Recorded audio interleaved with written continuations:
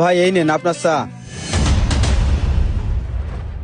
কি ব্যাপার হুজুর, আপনি চা দিচ্ছেন, দোকানদার কই? আরে ভাই দোকানদারই তো আমি, নেন চা রাখেন। আপনি দোকানদার মানে বুঝলাম না বিষয়টা। আসলে ভাই আমি দোকানটা নিয়েছি বেশি দিন হয়নি, এই জন্য অনেকে জানে না। অনেকেই জানে না মানে? আরে আপনি তো আমাদের পূর্বপাড়া মসজিদের ইমাম না?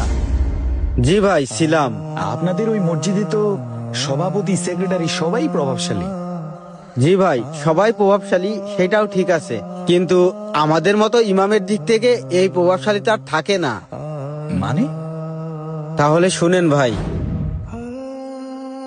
আসসালামু আলাইকুম। ওয়ালাইকুম আসসালাম। কি ব্যাপার, আপনি কোথায় যাচ্ছেন? সভাপতি সাহেব আমি একটু বাড়িতে যাচ্ছি।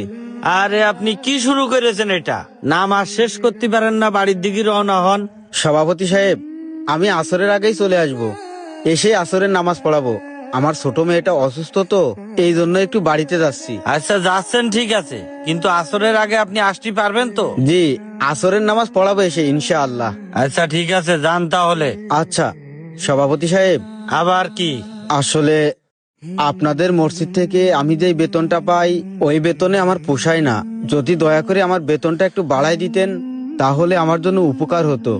আরে হুজুর, আমি তো বলছি আপনার বেতনটা বাড়াবো, এত বেতন বেতন করেন কেন? হ্যাঁ, যান বাড়ির কাজ সেরে আসেন, আর ব্যস্ত ব্যস্ত জি আসবেন। আচ্ছা, আসসালামু আলাইকুম। ওয়ালাইকুম আসসালাম।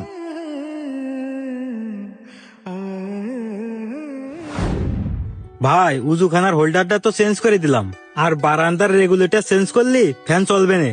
আরে ভাই ওই রেগুলেটর লাগানোর দরকার নেই, একটা নতুন ফ্যান কিনে এনে এসে লাগাই দেবো।